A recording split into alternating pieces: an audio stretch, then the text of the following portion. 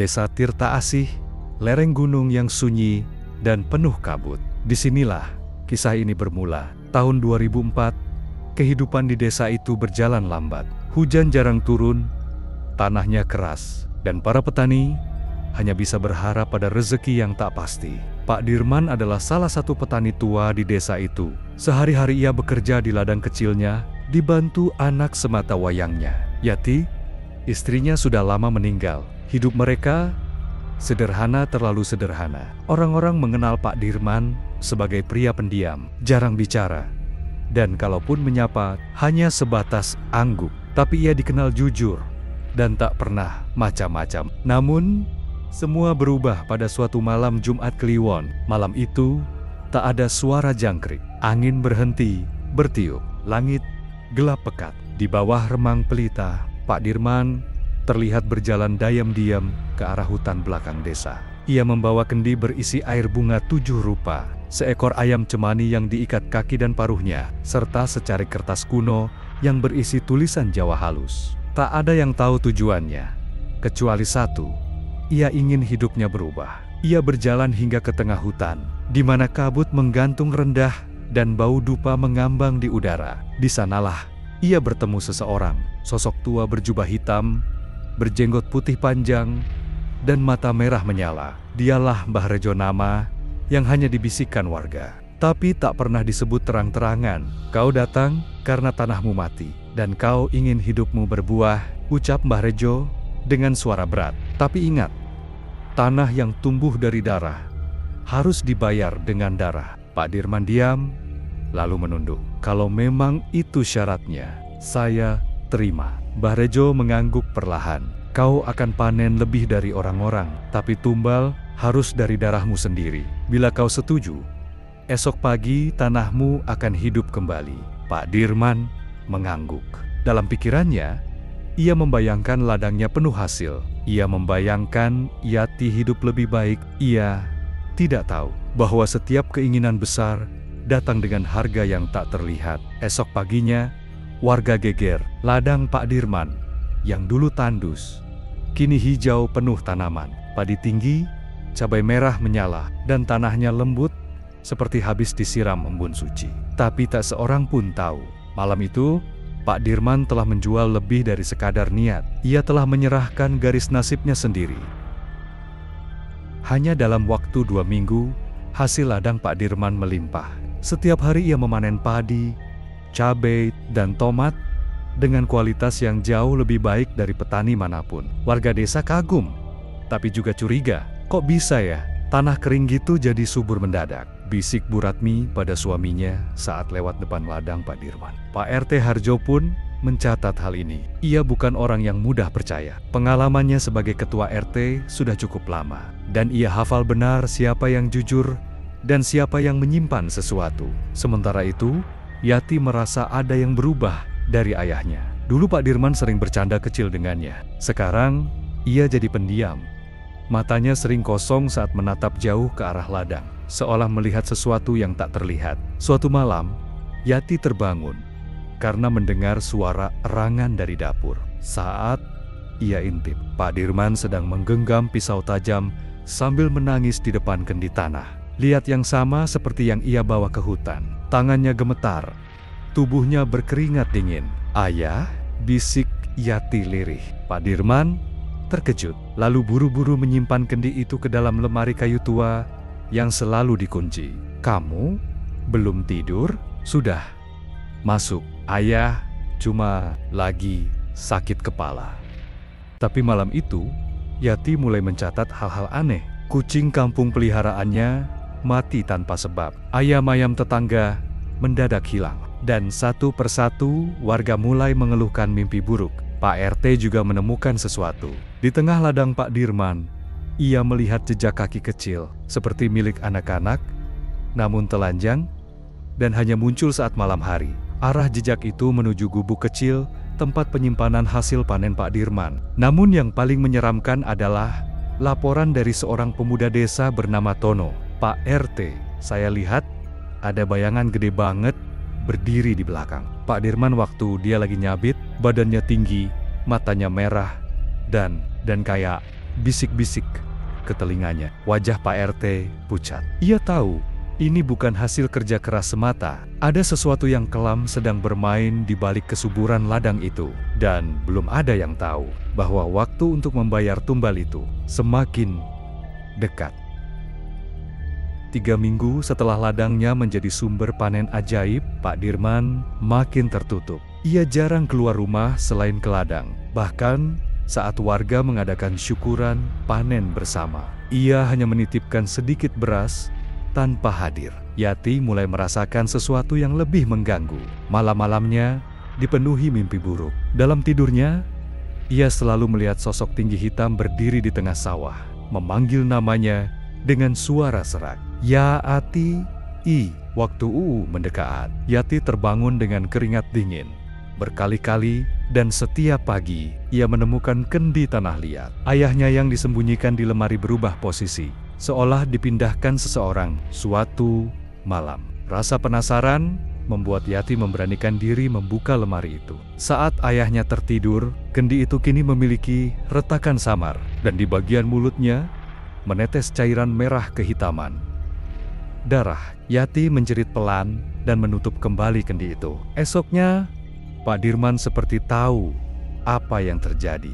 Tatapannya menusuk. Jangan pernah sentuh kendi itu lagi, Yati, ucapnya dingin. Itu peninggalan almarhum ibumu. Membawanya keluar bisa mengundang hal buruk. Tapi Yati tidak bodoh. Ia tahu kendi itu bukan milik ibunya. Sementara itu, langit desa Tirta Asih mulai berubah. Setiap malam Jumat Kliwon, awan membentuk pusaran aneh di atas ladang Pak Dirman. Petir menyambar tanpa hujan. Kucing dan burung menghilang entah kemana. Bahkan, anak-anak mulai dilarang bermain dekat rumah Pak Dirman. Pak RT Harjo memutuskan melakukan pengamatan sendiri. Ia mendatangi ladang Pak Dirman diam-diam pada malam Jumat Kliwon. Di sana, ia melihat sesuatu yang membuatnya nyaris muntah. Seekor ayam cemani tergantung di atas sebuah gubuk kecil. Darahnya menetes ke tanah. Dan di tengah ladang, Pak Dirman duduk bersila menghadap kendi, berdoa dalam bahasa yang tidak dipahami. Cahaya merah samar menyelimuti tubuhnya. Namun yang paling menakutkan adalah bayangan besar di atas langit. Seolah-olah ada makhluk raksasa menunduk melihat dari balik awan. Pak RT lari terbirit-birit. Keesokan harinya, ia mengumpulkan beberapa tokoh desa. Ini bukan panen biasa, katanya sambil gemetar. Pak Dirman bukan lagi orang biasa. Kita harus lakukan sesuatu sebelum tumbalnya jadi manusia. Angin malam Jumat Kliwon bertiup kencang di desa Tirta Asih. Daun-daun jati berjatuhan seperti isyarat dari alam. Malam itu, warga desa berkumpul di balai desa, membicarakan keresahan yang makin terasa. Anak-anak bermimpi buruk, hewan ternak lenyap, dan cuaca yang tak lagi bersahabat. Pak RT Harjo berdiri di depan warga. Kita tak bisa lagi menutup mata. Ada sesuatu yang tak wajar terjadi di ladang Pak Dirman. Aku melihatnya sendiri. Sementara itu, di rumah Pak Dirman, Yati tak bisa tidur. Ia mendengar suara bisikan dari arah belakang rumah. Ketika ia mengintip dari jendela dapur, ia melihat ayahnya berjalan ke arah ladang, membawa kendi. Ia mengikuti diam-diam. Sampai di sana, ia melihat ayahnya menggali lubang di tanah, menanam kendi itu sambil membaca doa-doa dalam bahasa yang asing. Bukan bahasa Jawa, bukan pula Arab. Kemudian, ia menyiram kendi itu dengan darah dari ayam cemani. Waktunya telah tiba. Terdengar suara lain, bukan dari Pak Dirman. Yati terkesiap. Dari balik bayangan, muncul sosok rentai Mbah Rejo.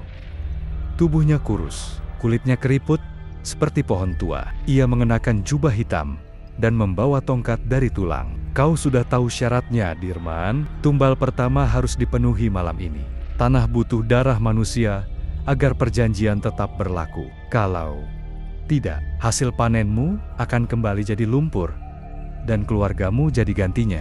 Pak Dirman menunduk, suaranya gemetar. Tapi aku belum siap. Kalau begitu, izinkan aku memilihkan untukmu, ujar Mbah Rejo, sembari mengangkat tongkatnya ke arah Yati yang bersembunyi. Pak Dirman menoleh cepat. Mata mereka bertemu. Yati tercekat. Tidak, jangan dia, seru Pak Dirman keras. Mbah Rejo menyipitkan mata. Kau tahu Dirman, pesugihan bukan cuma soal panen subur, tapi soal keberanian memilih yang akan dikorbankan. Jika kau tak bisa memilih, maka perjanjian akan memilih untukmu. Tiba-tiba, langit berubah. Petir menyambar tanpa suara. Kabut tebal turun, menelan ladang. Dan ketika kabut menghilang, Mbah Rejo pun raib. Tinggal Pak Dirman terdiam. Dan Yati yang gemetar. Tahu kini bahwa ladang mereka dibayar dengan perjanjian yang tak bisa ditarik kembali. Malam itu, Yati menangis sendirian di kamarnya. Ia mulai menulis surat untuk siapapun yang bisa membaca, agar tahu bahwa ia dalam bahaya. Sejak malam pertemuan gelap itu, Yati jatuh sakit. Demam tinggi menyerangnya. Tubuhnya menggigil, dan matanya kosong menatap langit-langit rumah. Dokter puskesmas tak menemukan tanda-tanda infeksi atau gejala medis apapun. Ini bukan penyakit biasa, gumamnya pelan sebelum pergi. Pak Dirman duduk di sisi tempat tidur Yati, menatap wajah pucat anak sematawayangnya dengan rasa bersalah yang menyesakkan. Suara tangis lirih dari Yati semakin menghantui malam-malamnya. Di ladang, rerumputan mulai layu. Padahal belum seminggu lalu, tanah itu terlihat segar dan subur. Seolah-olah alam ikut merasakan penderitaan Yati. Malam berikutnya, Pak Dirman didatangi mimpi aneh.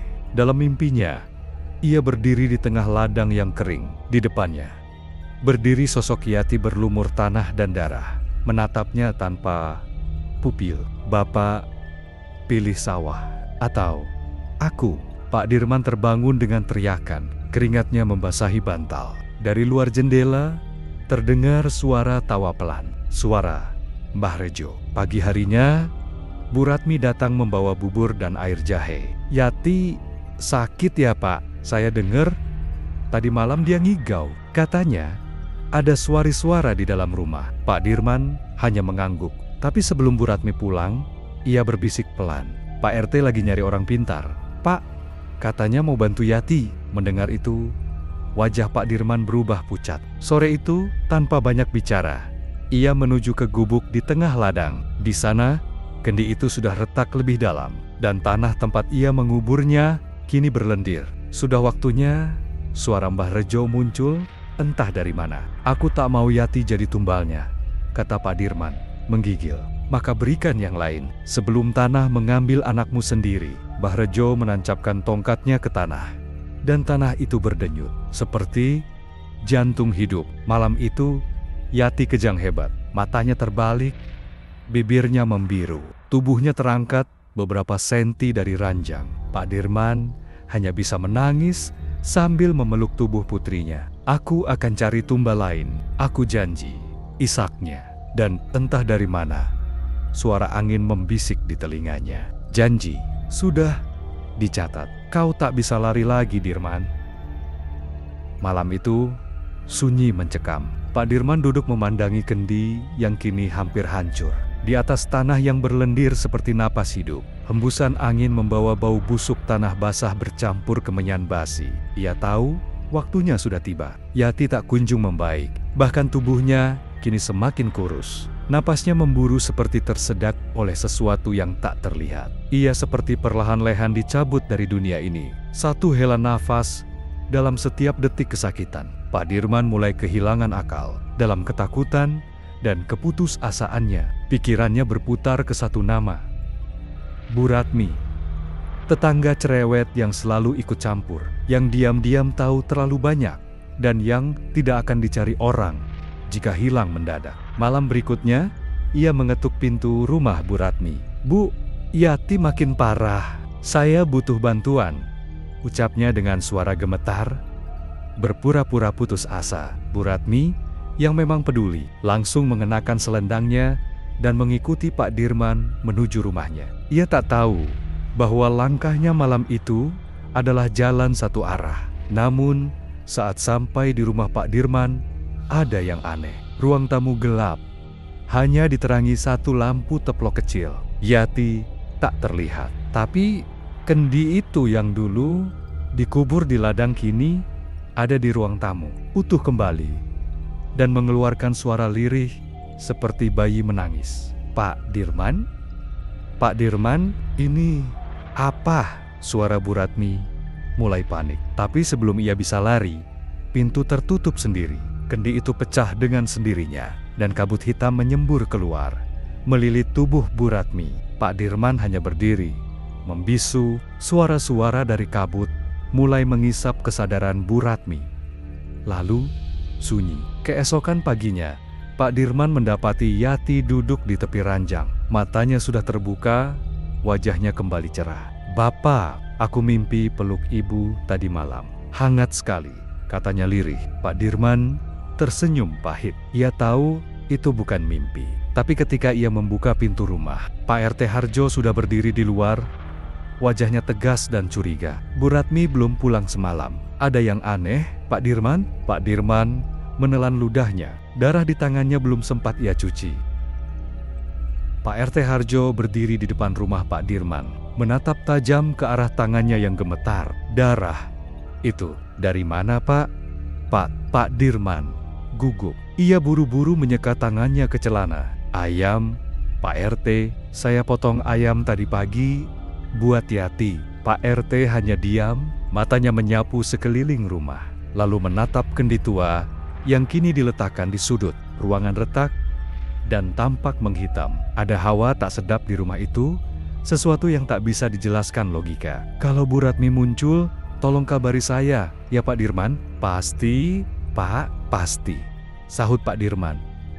Senyum palsunya tegang. Setelah Pak RT pergi, Pak Dirman menutup pintu dengan napas memburu. Ia sadar waktunya tak banyak. Jika terlalu mencolok, seluruh desa akan tahu apa yang telah ia lakukan. Sementara itu, Yati mulai sadar sepenuhnya, tapi ia mulai berkata-kata aneh. "Semalam ibu datang lagi, tapi wajahnya penuh luka, Pak.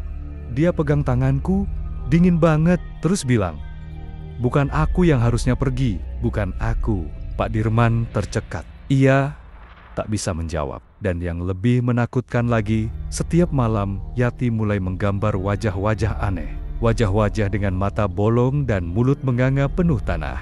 Di sisi lain, Pak RT mulai mengumpulkan warga. Beberapa dari mereka juga mulai curiga. Kabar tentang Bu Ratmi yang menghilang menyebar cepat. Ada yang bilang ia pergi ke kota, ada yang bilang ia diculik, tapi tak satu pun percaya sepenuhnya. "Besok malam, kita ronda. Kita lihat siapa yang masih berkeliaran," kata Pak RT. Malam itu, Pak Dirman pergi lagi ke ladang. Ia bicara pada tanah. Sudah cukup tumbalnya. Jangan ganggu Yati lagi." Tanah berdenyut. Dari sela-sela retakan, asap tipis muncul, membentuk wajah Mbah Rejo yang tampak senang. "Kau pikir hanya satu nyawa cukup untuk menukar kemewahanmu, Dirman? Perjanjian ini panjang, dan malam ke-40 sudah dekat. Saatnya tumbal utama, darah keluargamu sendiri."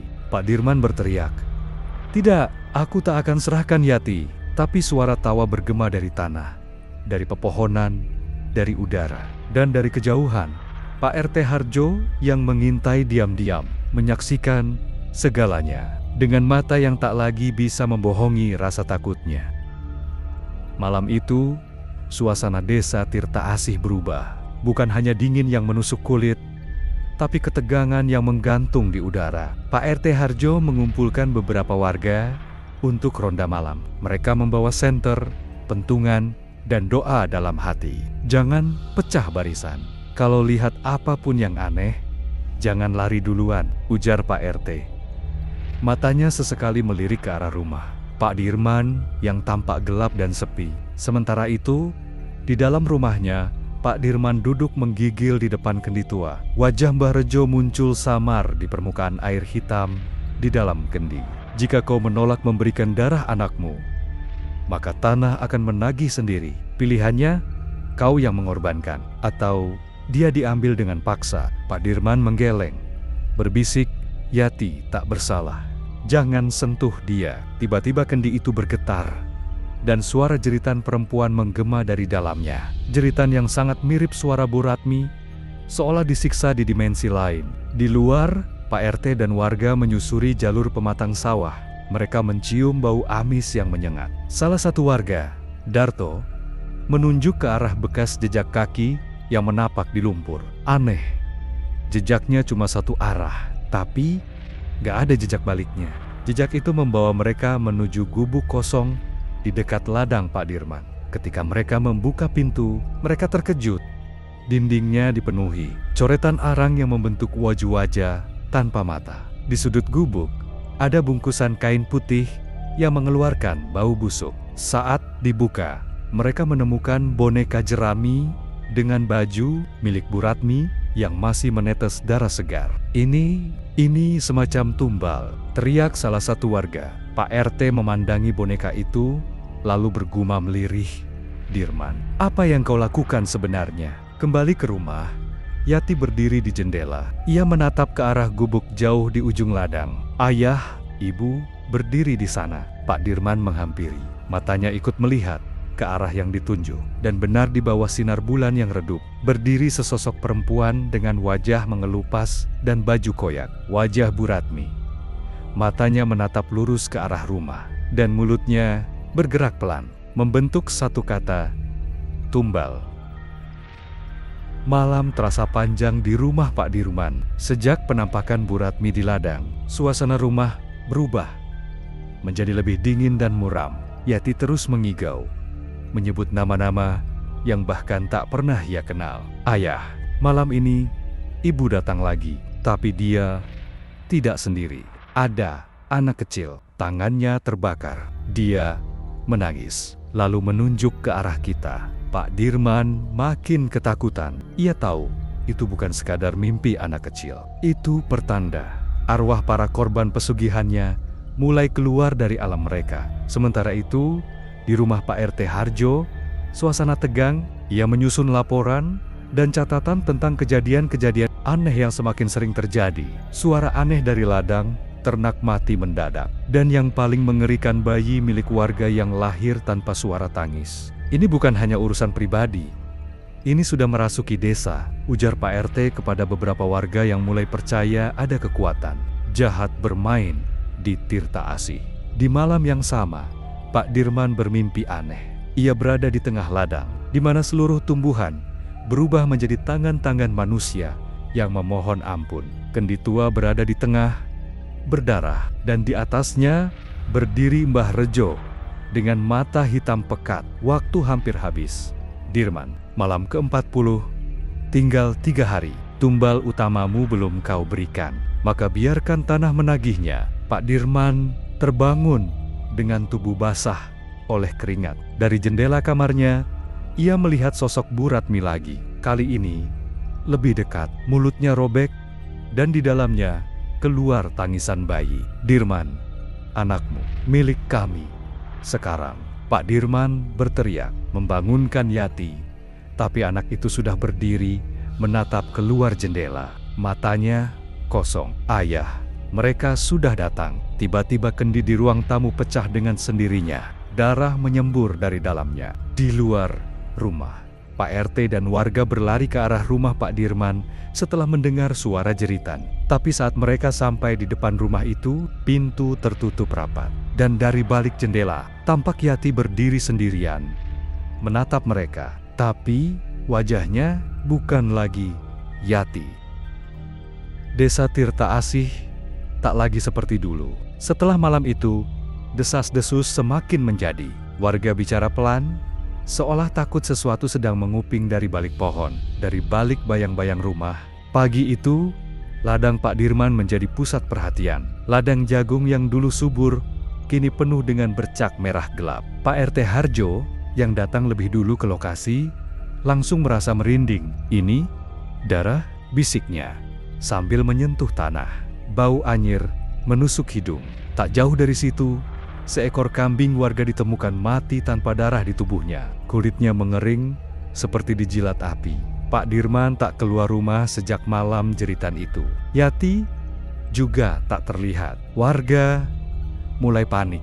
Aku tidak bisa diam lagi, tegas Pak RT. Kita harus datangi rumah itu. Dengan beberapa warga laki-laki, Pak RT mendobrak pintu rumah Pak Dirman. Mereka terkejut. Rumah itu penuh kertas mantra yang terbakar sebagian. Dindingnya dipenuhi tulisan aksara Jawa kuno yang berlumur darah.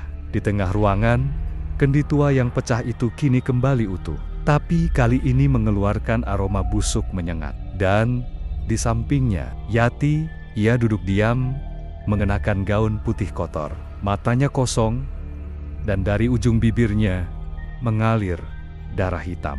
Ayah sedang di ladang, ucapnya lirih. Pak RT dan warga menuju ladang, dan Benardi tengah gulma dan jagung yang layu. Pak Dirman sedang menanam sesuatu, tapi bukan bibit. Ia menggali lubang dangkal, dan di tangannya tergenggam boneka anak kecil. "Pak Dirman," bentak Pak RT. Pak Dirman menoleh perlahan. Matanya merah, wajahnya kotor lumpur. "Kalian tak paham. Tanah ini lapar. Aku hanya memberi makan." Warga mencoba menariknya, tapi tiba-tiba bumi di bawah mereka bergetar. Dari sela-sela tanaman, muncul tenggen-tenggen kering seperti mayat, menggenggam tanah, seolah ingin keluar. Yati muncul di ujung ladang, tapi tubuhnya seperti melayang. "Ayah, mereka ingin aku tinggal bersama mereka." Pak Dirman menjerit, tapi tanah sudah merekah. Dari dalamnya muncul wajah-wajah familiar. Bu Ratmi, anak-anak desa yang hilang, bahkan istrinya yang telah lama mati. Semua menatapnya. "Janji itu belum lunas, Dirman." Langit di atas desa Tirta Asih menghitam meski masih siang. Angin berhembus kencang membawa bau bangkai yang menusuk. Warga berlarian ke dalam rumah masing-masing. Setelah mendengar dentingan gamelan tua dari arah ladang, Pak Dirman, suara yang tidak pernah ada sebelumnya. Pak Dirman terduduk di tengah ladang, dikelilingi arwah para tumbal. Ia menutup telinganya, menangis, menggigil. "Kalian sudah cukup. Aku sudah kehilangan semuanya." Tapi wajah-wajah itu hanya memandangi tanpa ampun. Di antara mereka, Bu Ratmi maju paling depan. Di belakangnya, anak-anak kecil tanpa bola mata, dan arwah istrinya yang kini hanya berupa rangka berdaging setengah. Yati berdiri di ambang batas ladang. Tubuhnya kini tampak seperti bukan miliknya sendiri. Kulitnya pucat, matanya kehitaman. Tapi ia masih sadar. Ia menangis. "Ayah, jangan biarkan mereka mengambilku." Pak Dirman memohon kepada Mbah Rejo yang muncul perlahan dari kabut. Tubuhnya seperti tembus cahaya. Tapi kini, wajah dukun itu tak sebijak dulu. Matanya kosong dan penuh amarah. "Janji pesugihan tak bisa dicabut. Kau beri kekayaan, kau lunasi dengan darah. Tukar nyawaku dengan anakku," teriak Pak Dirman putus asa. Mbah Rejo tertawa pelan. "Bukan begitu cara kerja perjanjian. Kau bukan yang ditagih. Kau adalah penanda tangan. Anakmu adalah harga." Tanah di bawah kaki Yati mulai merekah. Tangan-tangan arwah meraih kakinya. Yati berteriak, tapi Pak Dirman melompat ke arahnya, memeluk tubuh anaknya erat. "Ambil aku! Jangan dia! Ambil aku!" Tiba-tiba semua hening. Hanya suara nafas Yati yang tersengal. Tubuhnya bersinar samar. Arwah-arwah mundur. Mbah Rejo menatap Pak Dirman dengan senyum licik. "Kalau kau memang mau menukar, lakukan dengan ikhlas." Pak Dirman menatap Yati sekali lagi, lalu mencium keningnya. Ia berdiri pelan, lalu berjalan ke tengah lingkaran tanah retak. Ia menengadah ke langit. "Ambil semuanya dariku, tapi biarkan anakku hidup." Kilatan petir menyambar, tanah menelan Pak Dirman. Dalam sekejap, jeritannya menggema namun cepat menghilang. Dan saat itu juga, kabut menghilang. Langit kembali terang. Yati jatuh pingsan di tanah. Pak RT dan warga datang terlambat. Hanya menemukan tanah berlubang menganga. Dan Yati yang menangis dalam tidurnya. Pak Dirman hilang selamanya. Pagi itu, desa Tirta Asih diselimuti sunyi yang aneh. Langit cerah, burung bernyanyi, tapi semua terasa tidak nyata. Seperti desa itu baru saja terbangun dari mimpi buruk panjang. Yati dibawa ke rumah Pak RT setelah malam yang mengerikan itu. Tubuhnya masih lemah, namun matanya kini kembali jernih. Ia menangis pelan saat sadar sang ayah sudah tiada. "Bapa menyelamatkanku. Dia menyerahkan segalanya," ucapnya lirih. Warga mulai berani menengok ke ladang Pak Dirman yang kini kosong. Tanahnya gersang, penuh bekas bakar. Tak ada satupun tanaman yang tumbuh. Tapi warga tahu, itu harga atas berakhirnya kutukan. Pak RT mengadakan selamatan desa kecil-kecilan. Tak ada tumpeng mewah, hanya doa yang dibacakan di tengah malam, agar arwah mereka yang telah menjadi tumbal bisa tenang. Tapi sesuatu masih mengganjal. Mbah Rejo, malam setelah selamatan, Pak RT bermimpi. Ia melihat Mbah Rejo berdiri di bawah pohon besar di perbatasan desa. Dukun tua itu menatapnya dengan mata kosong dan berkata, kutukan memang diakhiri, tapi jejaknya tak akan pernah hilang. Keesokan paginya, pohon besar di perbatasan desa ditebang warga atas permintaan Pak RT. Di bawah akarnya, mereka menemukan kendi tua yang pernah muncul di rumah Pak Dirman, tapi kali ini tertutup rapat dengan lilitan benang merah dan daun sirih kering. Pak RT tidak membukanya. Ia membawanya ke pinggir sungai dan menguburnya dalam-dalam. Ia tahu beberapa hal lebih baik tidak disentuh lagi. Yati perlahan pulih. Ia tidak lagi tinggal di rumah lamanya. Ia memilih pergi ke kota, bekerja dan menata hidup baru. Namun sebelum pergi, ia menanam pohon kenanga kecil di ladang ayahnya sebagai simbol pengampunan. Desa Tirta Asih pun kembali tenang. Tapi bagi mereka yang tahu ceritanya, ladang kosong itu tak pernah benar-benar biasa. Saat angin berhembus terlalu kencang atau bau anyir muncul di tengah malam, warga hanya akan diam. Mereka tahu sebagian dari masa lalu tak bisa dihapus. Itu adalah harga dari perjanjian yang tak boleh dibuat.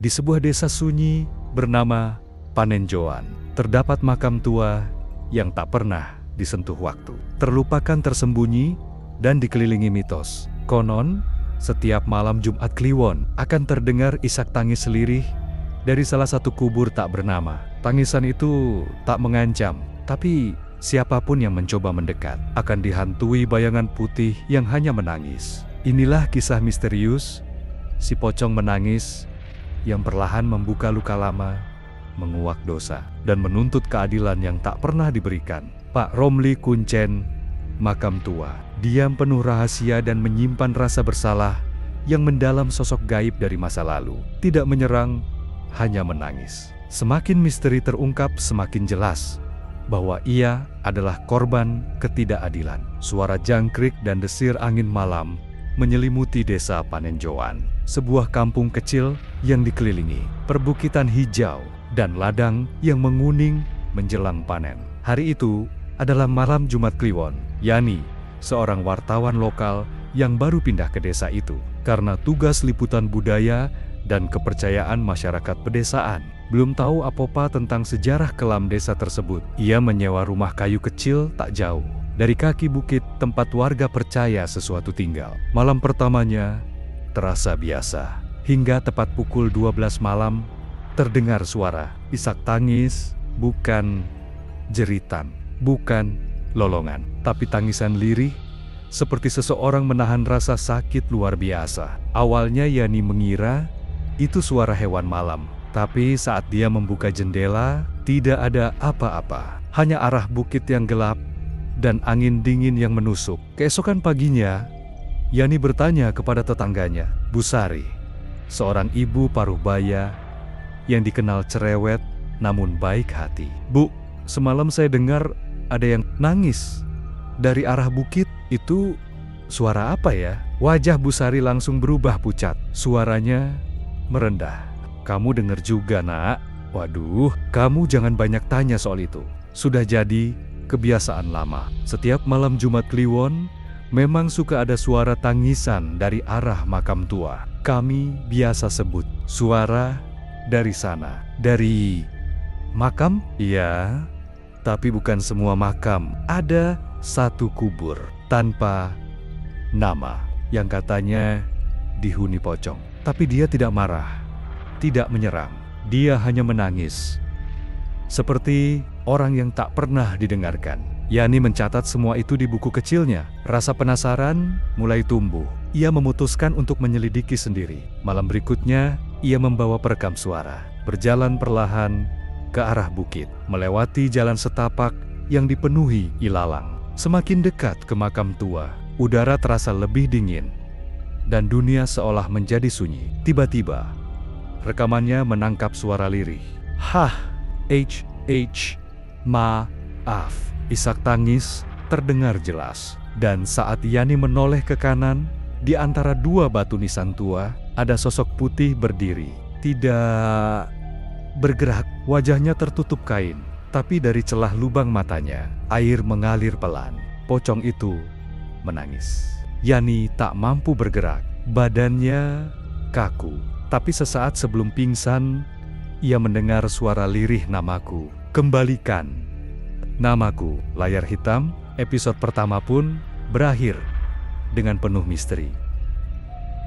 Keesokan paginya, Yani terbangun dengan tubuh menggigil dan keringat dingin membasahi lehernya. Ia tak ingat bagaimana ia pulang, tapi perekam suara di sakunya masih menyala. Ketika diputar, suara tangisan itu terdengar sangat jelas. Tapi yang membuat bulu kuduknya berdiri adalah satu bisikan pelan di akhir rekaman. Jangan biarkan aku dilupakan. Yani kembali menemui Bu Sari. Bu, makam yang di bukit itu, ada yang tahu siapa yang dikubur di sana? Bu Sari ragu. Tatapannya menerawang jauh. Itu makam lama, Nak. Udah puluhan tahun, tapi nggak pernah ada papan nama, nggak pernah diziarah. Hanya Pak Romli yang pernah ke sana. Pak Romli, kuncen makam tua, orang tertutup yang jarang bicara. Tinggal sendirian di pondok kayu di pinggir desa. Yani memutuskan untuk menemuinya. Pondok Pak Romli dikelilingi semak belukar. Ketika Yani mengetuk, seorang pria tua keluar, matanya tajam tapi letih. Pak Romli, saya Yani, wartawan. Saya ingin bertanya tentang makam tak bernama di bukit. Pak Romli menatapnya dalam, lalu berkata pelan, sudah lama tak ada yang ke sana. Banyak yang mencoba, tapi mereka selalu sakit setelahnya. Apa kau juga mau ikut seperti mereka? Pak, saya dengar suara tangisan, dan saya lihat pocong. Wajah Pak Romli berubah, tak marah, tapi seperti orang yang menyimpan rahasia bertahun-tahun. Ia duduk perlahan di bangku kayu, lalu berkata, dulu ada satu jenazah yang dikubur tanpa nama, tanpa upacara, tanpa doa. Saya disuruh kepala desa waktu itu. Tidak tahu siapa dia, hanya mayat seorang perempuan muda yang ditemukan di sungai. Sungai, ya, tubuhnya masih utuh, tapi matanya terbuka, seperti belum ikhlas. Yani mencatat setiap kata. Teka-teki mulai terbuka. Siapa perempuan itu? Kenapa dia dikuburkan seperti itu? Pak, apakah tidak ada usaha untuk mencari tahu siapa dia? Waktu itu, desa sedang dilanda banyak fitnah. Kepala desa ingin semua cepat selesai. Dan saya hanya menurut. Yani tahu, ia harus kembali ke makam itu. Tapi kali ini, bukan hanya dengan perekam, ia harus mencari jejak masa lalu dan mengembalikan nama yang telah dihapus. Bayangan pocong menangis masih membekas dalam benaknya. Dan bisikan lirih itu tak pernah hilang. Namaku, kembalikan. Malam kembali turun di desa Panenjoan. Yani menatap kain kafan yang ia temukan tergantung di pagar rumahnya. Pagi tadi, basah, bau lumpur dan kemenyan, samar-samar masih melekat. Ia tahu itu bukan kebetulan. Malam sebelumnya, ia mengunjungi makam tak bernama. Dan kini, ada jejak yang mengikutinya pulang. Yani mencoba menganalisis secara logis. Tapi logika tak bisa menjelaskan mengapa kain kafan bisa muncul tiba-tiba dalam keadaan basah dan mengeluarkan aroma seperti dari liang kubur. Ia memutuskan untuk menemui Pak Romli lagi. Saat mengetuk pintu pondok tua itu, Pak Romli sudah duduk di depan rumah, seolah menunggunya. Sudah mulai menampakkan dirinya padamu, kata Pak Romli tanpa basa-basi. Kalau dia sudah meninggalkan kainnya, itu tandanya dia mulai percaya padamu, tapi juga ingin kau cepat. Cepat apa, Pak? Cepat menemukan namanya sebelum Jumat Kliwon berikutnya. Kalau tidak, ia akan benar-benar gentayangan, bukan sekadar menangis lagi. Yani terdiam. Tekanan ini makin nyata. Ia kembali menelusuri arsip desa lama di balai desa. Tapi catatan tahun 1998, tahun yang disebut Pak Romli. tidak ada, hilang. Saat itu, Bu Sari muncul membawa kotak tua. Ini dari almarhum suamiku. Dulu dia pernah kerja bantu-bantu di balai desa. Dia simpan ini karena takut ketahuan. Kotak itu berisi berkas-berkas tua. Salah satunya, akta kematian tanpa nama. Tertulis, perempuan kira-kira usia 20-23 tahun. Ditemukan di Sungai Gunting. Luka di pelipis. Tidak ditemukan identitas. Yani memeriksa lebih lanjut. Ada foto hitam putih.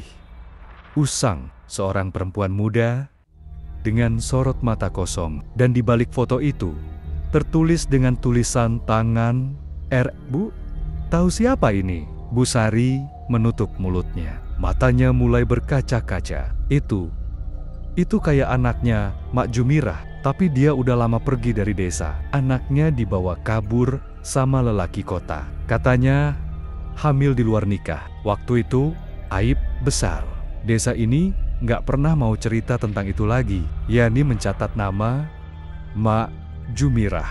Malam itu Yani kembali ke makam. Tapi kali ini ia membawa foto itu. Ia berdiri di depan makam tak bernama dan meletakkan foto di atas tanah. Dari balik kabut, sesosok putih muncul perlahan. Pocong itu tidak menakutkan. Ia gemetar. Tangannya terangkat, menunjuk foto itu. Air mata hitam mengalir deras dari matanya. R.S.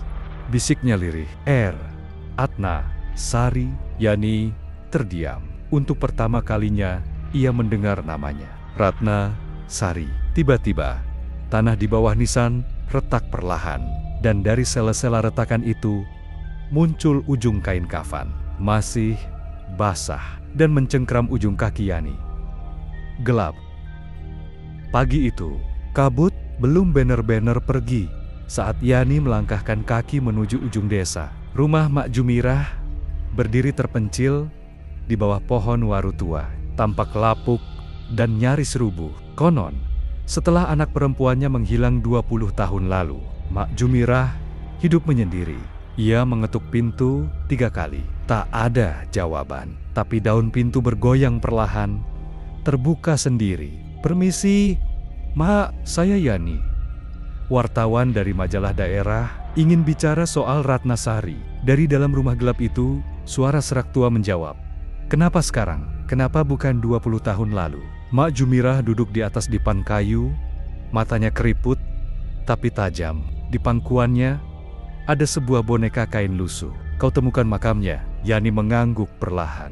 Dan dia sudah mulai menunjukkan dirinya. Yani kembali mengangguk. Mak Jumirah menghela napas panjang, lalu mulai bercerita. Ratna, anakku satu-satunya. Lahir dari rahim yang ditinggal bapaknya. Tapi dia gadis baik. Sampai dia jatuh cinta pada lelaki yang salah. Namanya Arman. Orang kota yang kerja di proyek jembatan. Manis di mulut, busuk di hati. Mak Jumirah menggenggam boneka itu erat-erat. Waktu Ratna bilang dia hamil, aku marah. Tapi bukan karena malu, Yani. Aku marah karena Arman kabur. Anak itu terluka. Malam itu dia pergi diam-diam, tak pernah kembali. Orang bilang dia bunuh diri di Sungai Gunting, tapi jasadnya tak pernah dimakamkan layak. Mak Jumirah menatap Yani lekat-lekat. Desa ini, kepala desanya, bahkan para tetua, mereka tahu siapa yang menyeret Ratna ke kematiannya. Tapi mereka memilih diam. Karena Arman ternyata anak tokoh penting yang denai proyek jembatan itu. Mereka bungkam, kubur, diam-diam. Tak ada nama, tak ada doa. Yani merasa tenggorokannya tercekat. Semua ini lebih dalam dari yang ia kira. Mak Jumirah berdiri perlahan dan menyerahkan sebuah kalung kecil. Ini kalung Ratna. Aku yakin dia mencarimu bukan untuk menakuti, tapi untuk mengingatkan nama harus disebut, dosa harus dibuka. Hanya begitu ia bisa tenang. Malam harinya, Yani kembali ke makam. Ia letakkan kalung itu di atas tanah. Udara mendadak dingin, dan suara tangis lirih kembali terdengar. Kali ini lebih jelas, seolah lebih dekat. Dari balik kabut, pocong menangis muncul kembali. Tapi malam ini ia menunduk. dan dari matanya menetes air hitam bercampur darah. Ia menunjuk kalung itu, lalu menunjuk nisan kosong. Tulis, "Namaku Ratna Sari." Yani berjanji dalam hati, ia akan mengungkap semuanya. Bahkan jika itu berarti harus menantang kekuasaan lama desa ini. Pagi harinya, Yani kembali menemui Pak Romli. Kali ini bukan hanya sebagai kuncen, tapi juga sebagai saksi sejarah hidup desa Panenjoan. Ia ingin tahu siapa yang menguburkan Ratna secara diam-diam dan siapa yang menyuruhnya. Pak Romli awalnya enggan bicara, tapi saat Yani menunjukkan kalung Ratna, matanya langsung berkaca-kaca. "Itu kalung Ratna?" "Ya Allah." Dengan suara parau, Pak Romli membuka lemari tuanya, mengeluarkan sebuah kotak kayu tua yang diikat dengan tali hitam. "Ini pusaka yang dulu diserahkan kepala desa sebelum pensiun. Aku tak pernah berani membukanya." Yani membuka tali itu perlahan. Di dalamnya ada buku catatan tua, beberapa foto hitam putih, dan sebuah stempel besi berukir kepala kerbau simbol kekuasaan desa tempo dulu. Yani membuka halaman pertama. Di sana tertulis daftar nama-nama dan tanggal kematian. Tapi ada satu entry yang dicoret paksa dengan tinta hitam. "Ratna Sari, 12 Oktober tahun 2005. Kenapa namanya dicoret?" Pak Romli menjawab lirih, "Karena dia tak diakui. Kepala desa waktu itu bilang kalau sampai nama itu muncul, bantuan proyek dari kota akan dibekukan. Karena Ratna adalah aib yang bisa membuka borok keluarga Arman." Yani menggenggam buku itu erat. "Ini bukti. Aku akan bawa ini ke kantor kecamatan. Dan Ratna akan punya nama di nisannya malam harinya." Saat Yani kembali ke makam, membawa catatan dan salib kayu bertuliskan Ratna Sari, pocong itu kembali muncul. Tapi malam ini, ia berdiri lebih dekat dan menangis lebih keras. Dari balik kabut, satu sosok baru muncul. Arman, dalam wujud bayangan hitam dengan wajah tertutup lumpur. Pocong menangis menunjuknya, lalu menunjuk tanah. Yani merasakan tanah di bawahnya bergetar. Sebuah suara bisikan masuk ke telinganya. Kebenaran belum selesai. Keesokan malam, setelah penampakan Arman di makam tua, Yani memutuskan untuk menyelidiki lebih jauh ke arah jembatan tua yang melintasi sungai kecil di tepi desa. Bu Sari pernah menyebutkan Arman terakhir kali terlihat menuju jembatan itu sebelum menghilang. Tak pernah kembali. Tak ada jejak, hanya sepeda motornya yang tertinggal berdiri sendiri. Jembatan tua itu kini tertutup kabut, kayu lapuk, tali-tali pengaman yang putus, dan gemericik air di bawahnya seperti berbisik. Saat Yani melangkah pelan menyeberanginya, terdengar suara berat berdesah di telinganya. "Kembali, kau belum siap." Ia menoleh. Tak ada siapapun, tapi dari sudut matanya, ia melihat bayangan tinggi berdiri di ujung jembatan. Wujud hitam, berlumur lumpur, dengan suara napas yang terputus-putus. Sosok itu perlahan mengangkat tangan, menunjuk ke bawah jembatan. Yani menunduk. Di bawah aliran air, terlihat benda hitam tersangkut antara dua batu besar. Ia turun pelan-pelan dan menemukan kerangka manusia lengkap dengan isi sisa baju pegawai desa. Ia mengambil dompet kulit yang terselip di antara tulang rusuk. Di dalamnya ada KTP yang sudah hampir hancur, bertuliskan Arman Sutisna. Tubuh Yani gemetar. Arman ternyata sudah mati. Tapi siapa yang memimpin desa selama ini? Siapa yang duduk di ruang kepala desa? Sosok yang ditemui warga, yang bahkan pernah ikut pertemuan kecamatan. Saat ia mengangkat dompet itu, lebih dekat ke cahaya senter, terdengar suara tangisan pocong dari kejauhan. Tapi kali ini bukan satu, ada dua, tiga, bersahut-sahutan dari arah makam tua. Yani berlari kembali ke arah jembatan. Di ujung jembatan, sosok Arman kini berdiri jelas, tapi wajahnya adalah topeng tanah liat dengan lubang mata hitam kosong. Pagi menjelang, kabut belum juga hilang dari desa Panenjoan. Yani memutuskan kembali ke rumah Pak Romli untuk menyerahkan dompet dan sisa tulang belulang Arman. Wajah Pak Romli memucat, tangan tuanya gemetar. Arman. Jadi selama ini yang dilihat warga itu bukan dia. Yani mengangguk.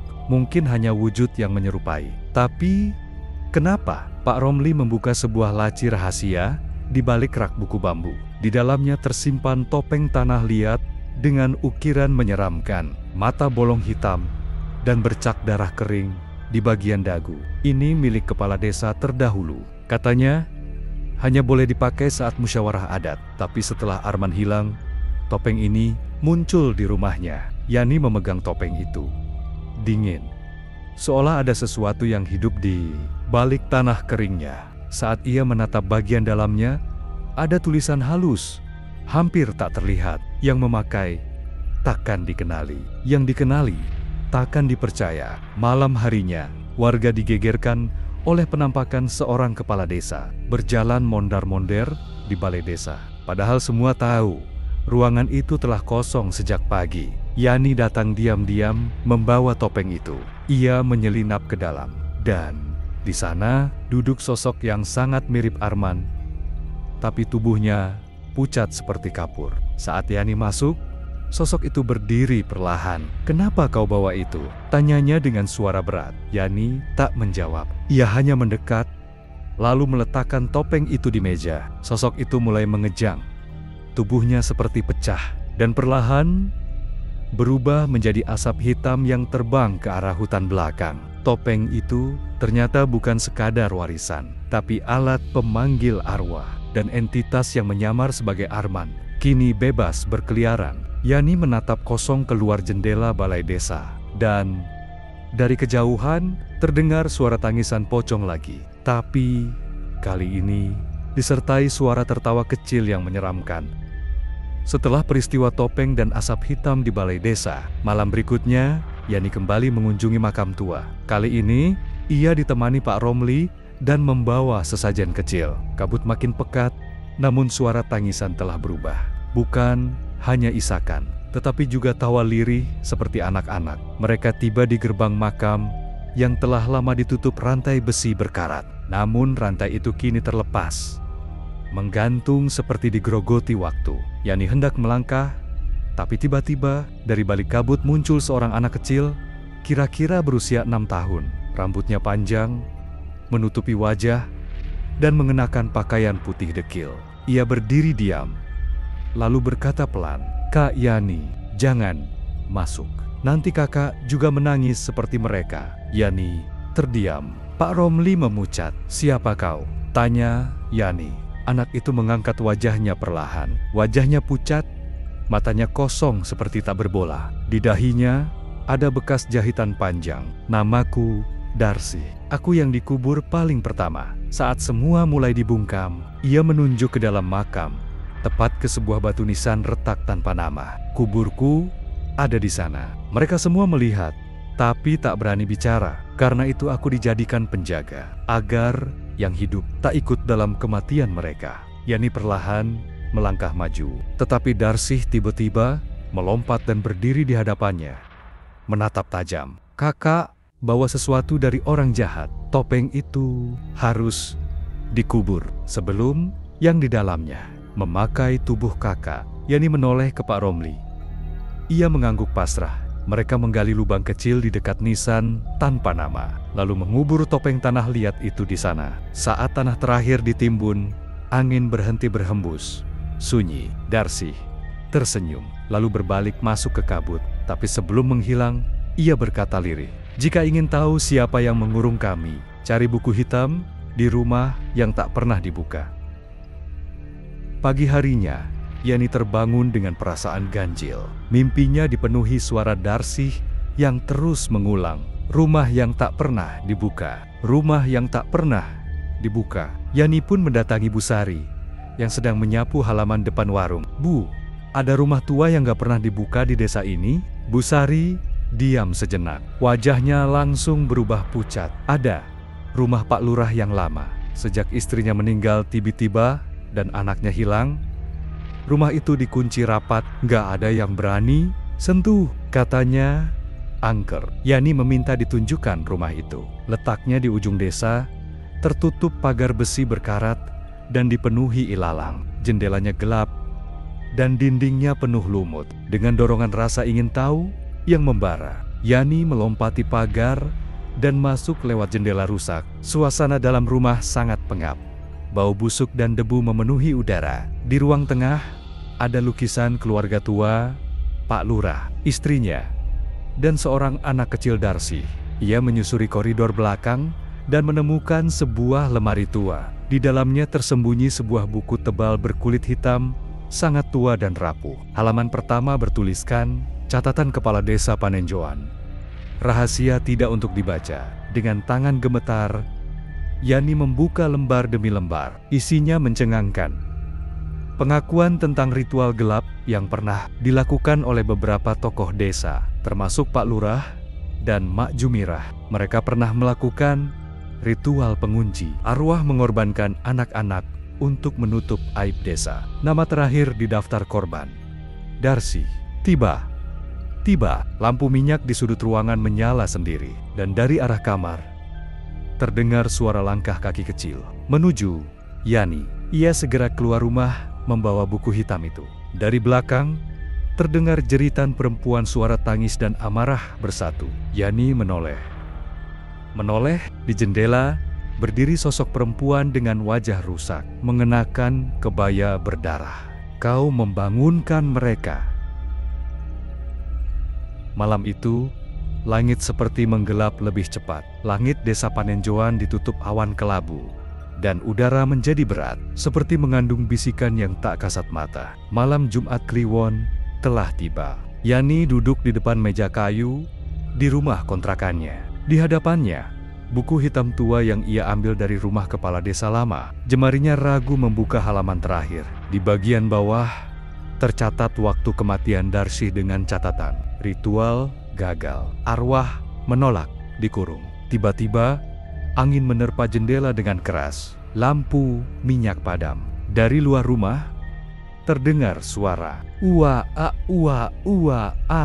Tangisan bukan hanya satu, tapi banyak. Yani menempelkan wajah ke kaca jendela. Di luar, di jalan tanah merah yang memisahkan rumah warga dengan hutan makam tua, terlihat puluhan sosok pocong berdiri diam. Tapi dari arah tengah mereka, satu pocong bergetar, menangis histeris. Itu dia, pocong menangis. Ia keluar rumah, mengikuti suara tangisan ke arah makam tua. Desa tampak sunyi. Tidak ada satupun warga keluar. Tapi dari balik jendela, Yani bisa melihat mata-mata takut mengintip. Di tengah pemakaman, Pak Romli telah menunggu. Sudah saatnya kebenaran diungkap, ucap Pak Romli, menyerahkan sebilah keris.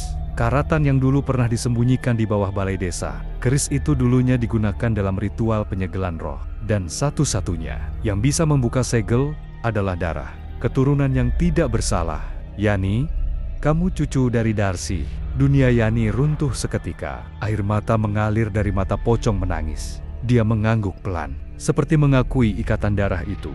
Dengan ragu, Yani menyayat sedikit jari telunjuknya dan meneteskan darah ke makam tak bernama. Tanah bergetar, jeritan meledak, batu nisan pecah. Dari bawah tanah, terdengar jerit-jerit roh lain yang ikut terkunci. Dan malam itu, untuk pertama kalinya, pocong menangis tersenyum. Malam itu, Yani tak bisa tidur. Meskipun ritual telah dilakukan dan senyum, pocong menangis menghiasi akhir malam. Jumat Kliwon. Ada rasa gelisah yang menusuk dada. Pak Romli sudah memperingatkan, arwah utama memang telah dibebaskan. Tapi ritual itu juga membangunkan yang lain. Jam menunjukkan jam 2:33 dini hari. Tok, tok, tok. 3 ketukan keras menggema di pintu kayu rumah kontrakan Yani. Ia terbangun dan menggenggam senter. Tidak ada suara lain. Ketika ia membuka pintu perlahan, jalanan tampak kosong. Tapi di depan pintu, ada sebuah kain kafan lusuh, masih basah dan berdarah. Yani memutar tubuh dan hampir menjerit. Di pojok ruang tamu, berdiri seorang pria tua. Matanya hitam legam, tubuhnya membusuk, dan mengenakan pakaian dinas lurah zaman dulu. Pak Lurah Wahid, bisik Yani. Sosok itu tidak bicara. Ia hanya menunjuk ke arah belakang rumah. Dengan gemetar, Yani mengikuti arah telunjuknya dan menemukan lubang tanah baru, bekas gali. Ketika Yani mendekat, Dari dalam lubang muncul tangan membusuk mencengkeram tanah. Mencoba merangkak keluar, Pak Romli tiba-tiba datang dan melemparkan sesajen ke arah lubang. Dia bukan datang untuk membunuh. Dia datang membawa pesan bahwa yang dikubur tidak semuanya mau dibebaskan. Ada yang memilih dendam. Yani berjongkok, melihat kain kafan itu lebih dekat. Di dalam lipatannya terselip catatan kecil. Kami adalah miat-miat yang ingin dibalas. Darsih terlalu baik untuk bangkitkan kami semua. Dari malam itu, suara ketukan di rumah-rumah warga mulai sering terdengar. Dan satu demi satu, orang-orang yang pernah terlibat dalam ritual lama mulai menghilang. Desa Panenjoan mulai dilanda teror baru. Ketukan di malam hari bukan lagi misteri tapi ancaman. Pak Romli datang ke rumah Yani pagi-pagi sekali. Wajahnya pucat, tangannya gemetar. Bu Sari. Dia menghilang. Semalam, pintu rumahnya terbuka dan kain kafan tergantung di pagar. Yani tak sempat bertanya lebih jauh. 3 warga lain dilaporkan hilang hari itu. Semuanya punya kesamaan. Pernah terlibat dalam pengusiran. Darsih 25 tahun lalu. Dan semuanya pernah bersumpah menyembunyikan kejadian malam itu. Di balai desa, warga berkumpul. Ketegangan memuncak. Beberapa menuduh Pak Romli sebagai dalang. Kuncen itu yang bangunkan semuanya. Dia simpan pusaka. Dia tahu segalanya. Tapi sebelum emosi membakar amarah, muncul satu nama baru yang mengejutkan. Pak Lurah Wahid. Iya. Hidup? Tidak. Tapi seseorang mengaku melihatnya berjalan di pinggir makam. Dengan jas dinas tua dan mata gelap pekat. Anak-anak kecil melihatnya mengetuk rumah. Mereka sambil memanggil nama ibu mereka satu-satu. Pak Romli akhirnya membuka satu rahasia besar. Ritual pemurnian itu gagal. Kita hanya bebaskan satu, tapi lainnya terbangunkan. Mereka ini bukan makhluk jahat. Mereka korban. Dan satu persatu mereka hanya ingin didengar. Tapi kalau ditolak, mereka bawa pergi. Yani sadar. Ia harus mencari tahu siapa saja yang terlibat di masa lalu dan mulai mencatat nama-nama korban. Tapi sebelum ia menyadari, seseorang datang mengetuk pintu rumahnya. Bukan 3 kali, bukan pelan, tapi 7 kali. Tok, tok, tok, tok, tok, tok, tok. Dan suara parau di balik pintu berkata, Aku, korban yang paling kau lupakan. Malam itu, Yani membeku di ambang pintu rumahnya. Suara ketukan 7 kali dan bisikan lirih masih menggema di kepalanya. Aku, korban yang paling kau lupakan. Dengan tangan gemetar, ia membuka pintu. Tidak ada siapa-siapa. Hanya selembar foto tua jatuh di depan ambang. Dalam foto itu, tampak seorang gadis kecil mengenakan kebaya lusuh, berdiri di halaman sekolah tua yang kini sudah runtuh. Di belakangnya, berdiri sosok samar seperti kabut bayangan Darsih. Pak Romli yang datang beberapa menit kemudian, pucat pasi saat melihat foto itu. Itu Ratna, anak yang dulu dijadikan tumbal pertama. Tapi, tak pernah ada yang mengakui dia bukan warga sini.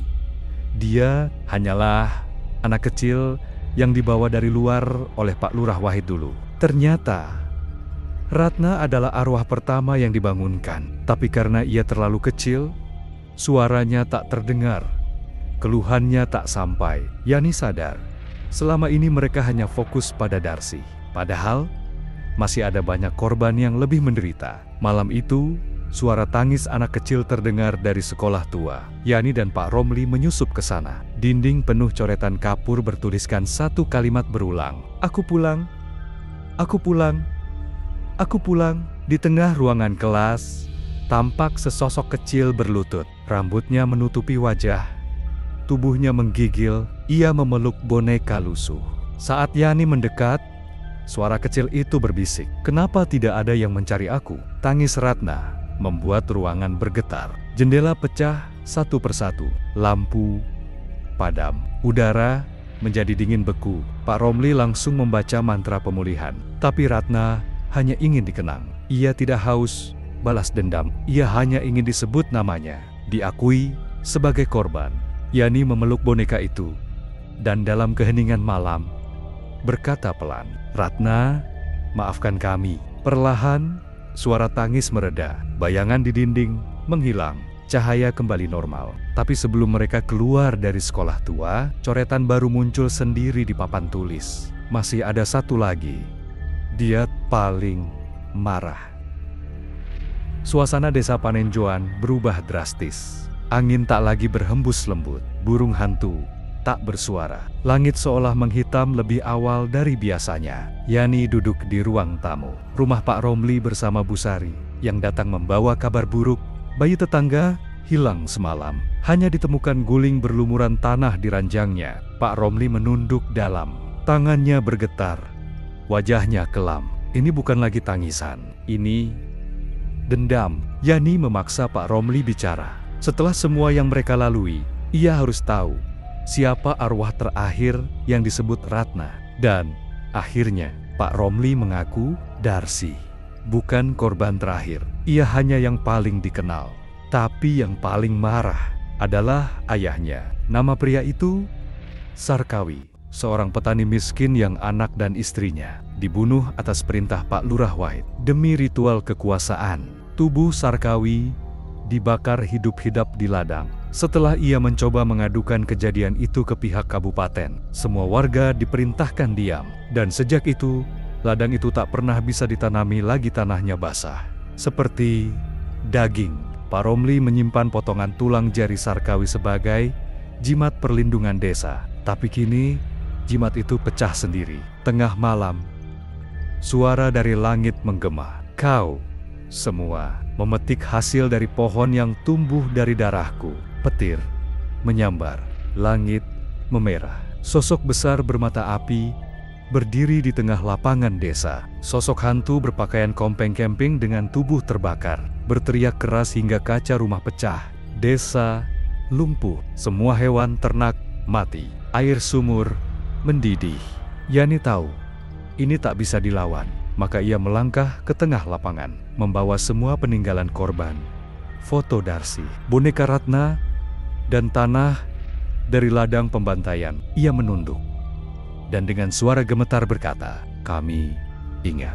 Kami akan ukir nama kalian di batu. Kami akan bawa kisah ini ke seluruh dunia." Sosok itu terdiam, mata apinya padam perlahan. Dari balik asap, tangisan lirih mulai terdengar. Bukan marah, tapi luka. Satu persatu arwah mulai muncul di sekitar Yani. Tak lagi menyeramkan, tapi seolah berterima kasih. Keesokan harinya, semua gangguan berhenti. Makam tua bersih dari lumut. Dan di tengah lapangan, berdiri sebuah batu peringatan dengan ukiran. Untuk mereka yang dibungkam, kini kau didengar. Yani meninggalkan desa, membawa kisah ini sebagai laporan utama. Tapi setiap malam, ia masih mendengar tangisan kecil dari kamarnya. Bukan dari arwah, tapi dari hati nuraninya.